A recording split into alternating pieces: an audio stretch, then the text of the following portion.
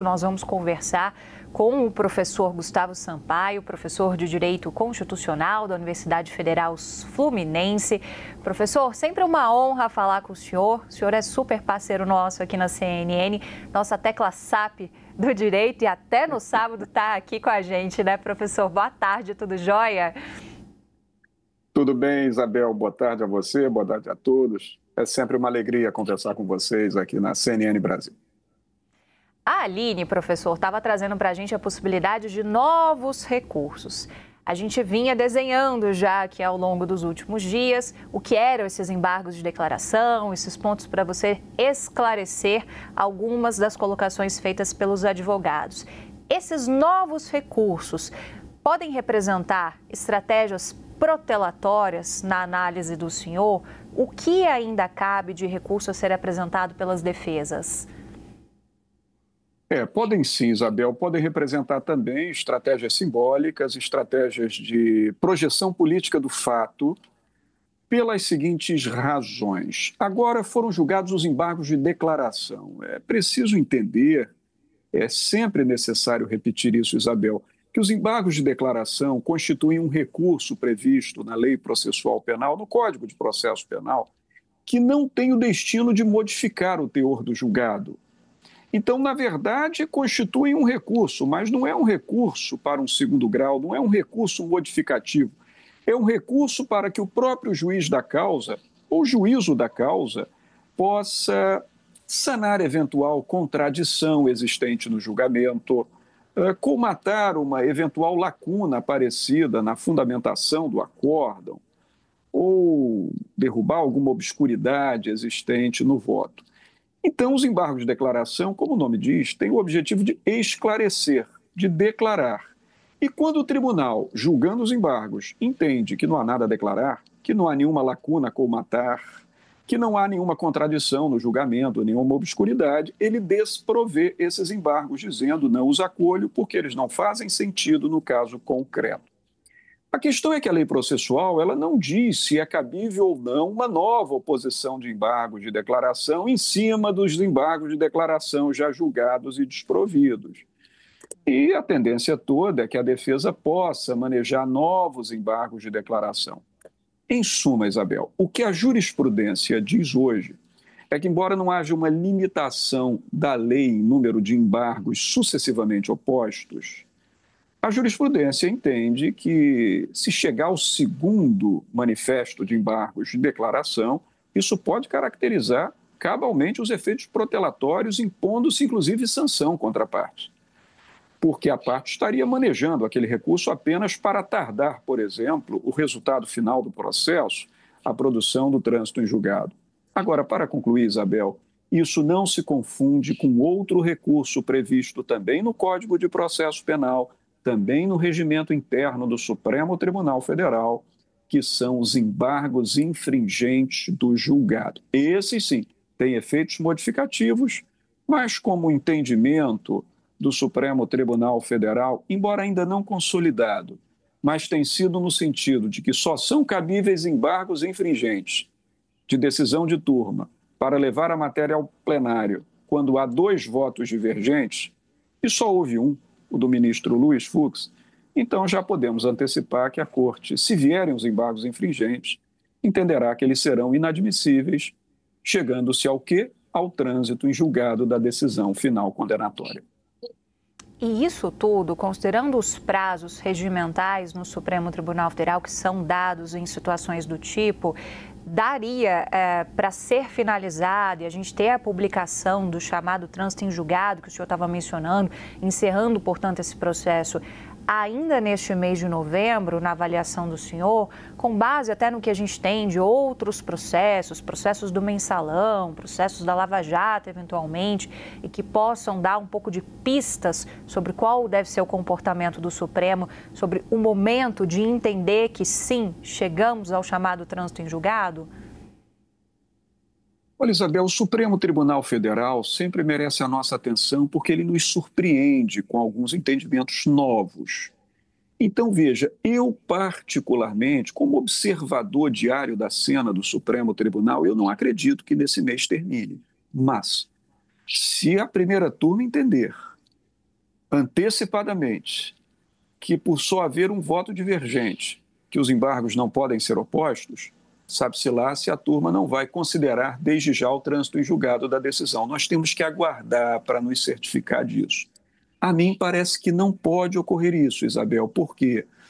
Porque, embora os embargos só sejam admissíveis com 2 votos de divergência, o regimento interno do tribunal nada diz nesse sentido.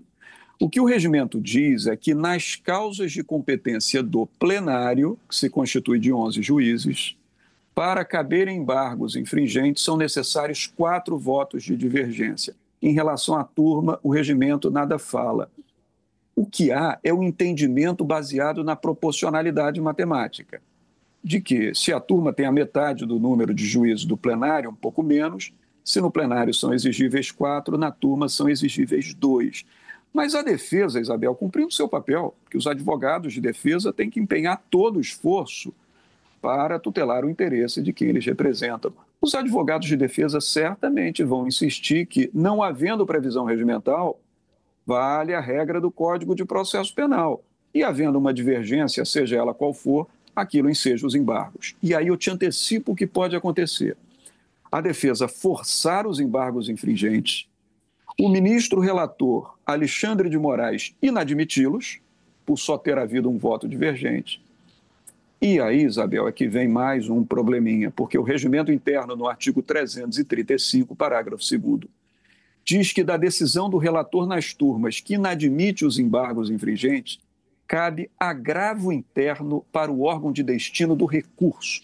Agravo interno para forçar o colegiado a apreciar se os embargos podem ser admitidos ou não para um dia chegarem ao julgamento do mérito. Olha, se tudo isso acontecer, nós teremos um retardo aí na produção do trânsito em julgado da decisão final condenatória, a não ser que o tribunal considere que, pelo não cabimento, haja uma antecipação da expedição de certidão do trânsito em julgado. Do contrário, isso pode atrasar até dezembro com toda tranquilidade, Isabel. É importante a gente entender esses detalhes técnicos para pensar justamente nesses prazos. A condenação está dada, né, professor? Então, é uma questão de quando a execução da pena vai se dar e também de que modo essa pena vai ser cumprida, onde vai ser cumprida. Durante esses últimos dias, a gente tem falado muito da possibilidade de um ex-presidente da República ir para o complexo penitenciário da Papuda, mas tem outras opções que são colocadas. Essa decisão sobre a localização de Jair Bolsonaro quando preso, ela é única e exclusiva do ministro Alexandre de Moraes, professor? O artigo 102, inciso 1º, a linha M, Isabel, da Constituição da República, diz que nas causas de competência originária do Supremo Tribunal Federal, e é o caso, Ação Penal 2668, que envolve o Grupo 1, o núcleo crucial da chamada trama golpista, é processo de competência originária do Supremo, ou seja, nasceu no Supremo e morre no Supremo. O Supremo, nessas causas de competência originária, ele tem autoridade para promover os atos de execução dos próprios julgamentos, podendo, contudo, para não se onerar muito, delegá-los a um órgão jurisdicional de primeira instância. Eu vou citar um exemplo para você. Na afamadíssima Ação Penal 470, de cerca de 12 anos atrás, que ficou historicamente conhecida como Mensalão, ali o Supremo ele foi à exaustão, julgando 37 réus. Quando condenou a maioria e absolveu alguns, ele não queria mais cuidar da execução, o que fez o tribunal, na época na lavra do relator, que era o ministro Joaquim Barbosa, já aposentado. Ele delegou ao juízo de execução penal da Justiça do Distrito Federal toda a tarefa de execução. Mas o Supremo não é obrigado a fazer isso. E já houve um manifesto do ministro Alexandre de Moraes, relator da Ação Penal 2668, dizendo que, neste caso, pela sutileza, pela delicadeza da ação, o próprio tribunal se encarregará da fase de execução. Quem no tribunal? A primeira turma do Supremo Tribunal Federal, que foi o órgão processante, sob a batuta do relator, o ministro Alexandre de Moraes. E como os casos de prisão de ex-presidentes são raros na história, certamente nós teremos aí algumas possibilidades de o presidente ser preso na penitenciária da Papuda ou de o presidente ser preso em sala da Polícia Federal, ter mais comodidade de segurança de Estado, uma vez que se trata de um ex-presidente, ou como ele é militar, porque é capitão da reserva, de ser recolhido preso num estabelecimento militar. Mas eu aposto mais no sentido de que, se houver um recolhimento à prisão, logo, logo, Isabel, pelo gravíssimo estado de saúde do ex-presidente, que a todo momento sofre uma internação cirúrgica e se submete a intervenções médicas graves, eu acho que, seguindo o precedente do presidente Collor de Mello, que aconteceu esse ano, inclusive, o tribunal vai autorizar uma prisão domiciliar. Mas tudo isso, claro, a conferir, Isabel. Eu conversava com aliados do ex-presidente Jair Bolsonaro e a percepção delas é justamente essa, professora. Eles citam, inclusive, o caso do Collor, que chegou a ser levado preso, mas depois de alguns dias, com os laudos médicos apresentados, teve uma decisão favorável para cumprir pena em casa. Vamos aguardar os capítulos próximos, professor. Muito obrigada por estar sempre aqui com a gente. A gente lhe aciona daqui a alguns dias de novo, com toda certeza. Fiquem à vontade, Isabel, é sempre motivo de satisfação entrar aqui nos jornais da CNN. Bom trabalho para você, bom sábado, bom jornal. Obrigada, ótimo sábado para o senhor também.